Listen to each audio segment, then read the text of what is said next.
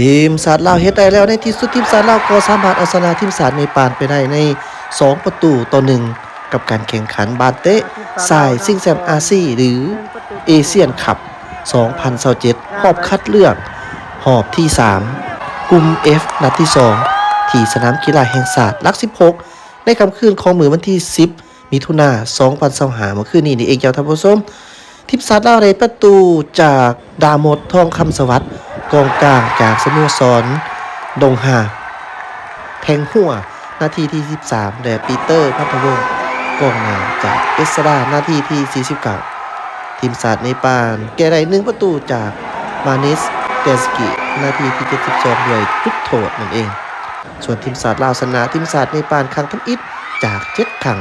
ที่พบกันก่อนหน้านี้เสมอ3-3ทีมสาดลาวชนะนัดทำอิฐในปฏิทินปี2025ทีมสาดลาวชนะนัดทำอิฐในรอบ22ปีในรอบคัดเลือกเอเชียนคัพต่อจากชนะทีมสาดบังกลาเทศ 2-1 เมื่อเดือนมีนาปี 2003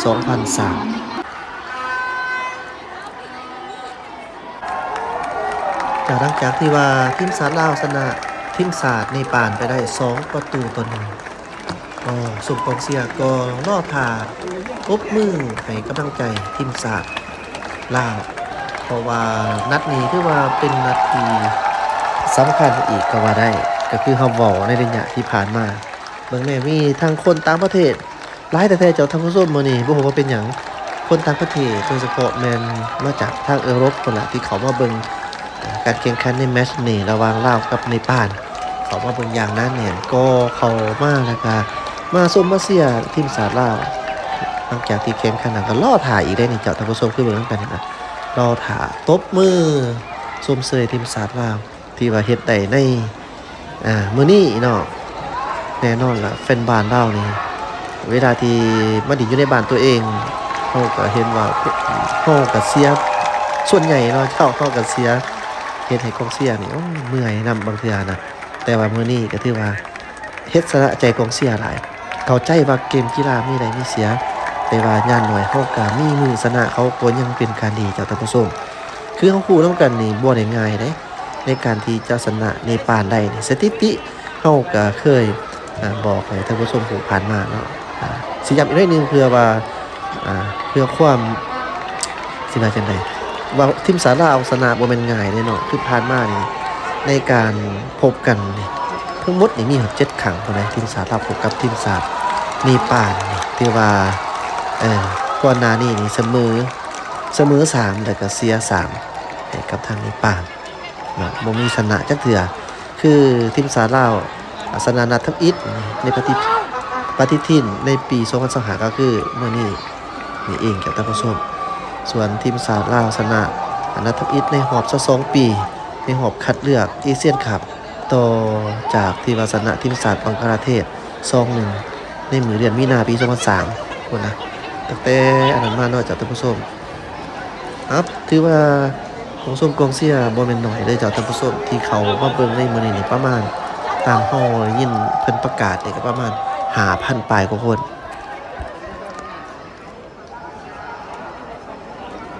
ตอนนี้เฮาก็เห็นว่าทีมสาดลาวยืนถ่ายรูปพร้อมกับทาง FC เนาะหรือว่าแฟนคลับของสหพันธ์บันเตะแห่งสาดลาวหรือว่าทีมสาดลาวนั่นแหละยอมรับว่าคนต่างประเทศมาเชียร์หลายแต่มื้อนี้บ่รู้ว่าเป็นหยัง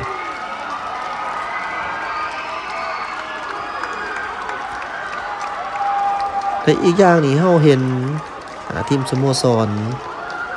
เล็กน้อยนะแบบว่าเขาจะเตะนะเป็นทีมสโมสรจากบอลนั้นบอลนี้มา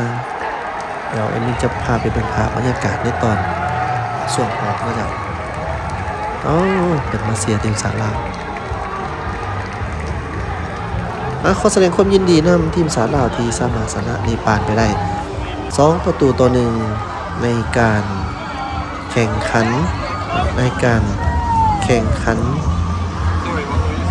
เตะบาสทรายซิงแซมอาซีหรือว่าเอเชียนคัพ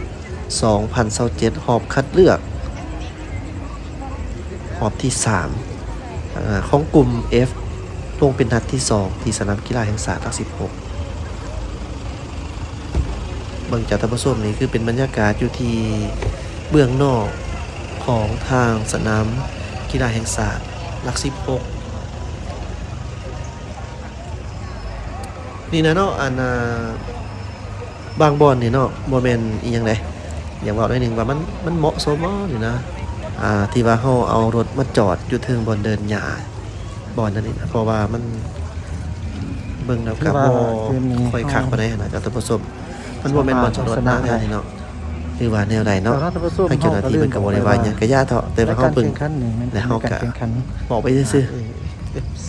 ยิงตามสายตาท่านผู้ชมเบิ่งหั่นน่ะว่าเป็นจังได๋ที่จริงบ่อนจอดรถญี่ปุ่นก็มีหรือว่ามันเต็มบ่เนาะอันนี้ก็ถือว่าบ่ดิกมาหน่อยก็ผ่อนๆกันไปนี่แหละลาวเฮาเป็นจังซี่แหละเนาะ โคดิฟาย เหมือนกันนี่คือสนามกีฬา เป็นกลุ่ม หลัก เลือก 16คันยางอยู่รุมนี่คนหลายมันจะมันยางเทิงแต่ก็จะเอาภาพบรรยากาศท่านผู้ชมได้เบิ่งแต่ละจุดละบอลเฉพาะที่เบื้องเข้านั่งเมื่อกี้นี่ถือว่ามีจำนวนผู้ชมผู้เชียร์จำนวนลงหลายเจ้าส่วนว่าเบื้อง VIP นี่บ่หลายเพราะว่าเพิ่น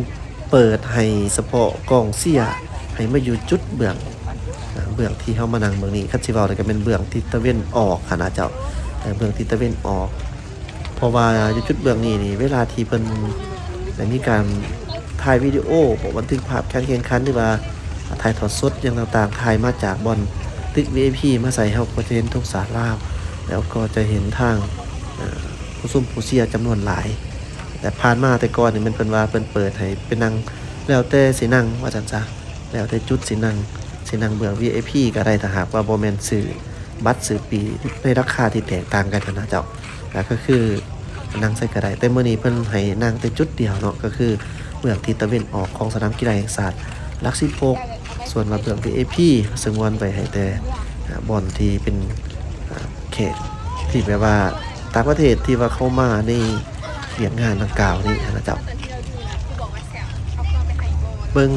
อยู่ที่สนามกีฬาแห่งชาติเฮาก็ถือว่าคงแจกดีสำหรับคืนนี้แต่ว่าถึงแม้ว่าดอกไฟบางจุดคือดอกไฟน้อยนี่เพิ่นบ่เปิดเนาะเพิ่นอาศัยเปิดแต่ดอกไฟใหญ่แต่ว่าการแจ้งสว่างนี่ก็ถือว่ารุ่งดีนี่คือสโมสร Mazda GB ที่เฮาเว้าผ่านมาเมื่อกี้เป็นสโมสรที่เพิ่นให้สร้างตั้งเล็กน้อยแต่ยังน้อยๆคือได้เจ้าท่านผู้ชม Mazda GB FC เนาะโอ้รถประเทศขนาดเนาะให้พอเอาคักเลย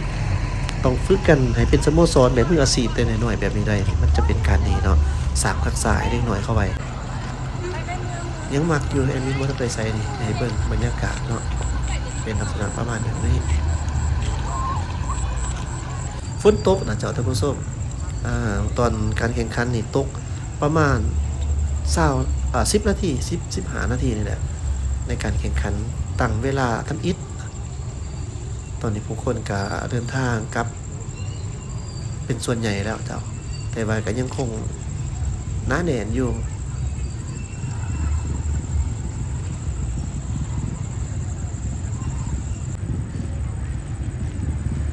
ต้องขอบอกกับท่านผู้ชมแบบนี้เด้อสำหรับท่านที่สิไปสนามกีฬาแห่งชาติหลัก16โดยเฉพาะไปเบิ่งการแข่งขันเตะบาสในตอนกลางคืนนี่ระมัดระวังเบิ่งเส้นทางเด้อเพราะว่าในสนามกีฬานี่บางบอลมันลุกโพดนะจ๊ะท่านผู้ชมอย่างเราไปย่างถือคุ้มมันจะเจ็บเนาะได้ว่าขี่รถไปเป็นโต๊ะคุ้มอย่างนั้นนะเจ้ามีแต่กลุ่มหนุ่มสาววัยรุ่นเขาเจ้าเป็นส่วนใหญ่เฮาเห็นจังซี่แล้วเฮาก็รู้สึกเลยว่าโอ้ดีใจที่ว่าคนลาวเฮาโดยเฉพาะแม่นวัยหนุ่มให้ความสนใจกับการเล่นกีฬาโดยเฉพาะแม่นกีฬาเตะบาสนี่ล่ะจ้ะท่านผู้ชมนอกจากนั้นก็แม่นรุ่นใหญ่ๆแน่ก็มีคือกันขอบใจที่ตามรับชมหากมากก็อย่าลืมกด Subscribe ให้แอดมินด้วยนะเจ้า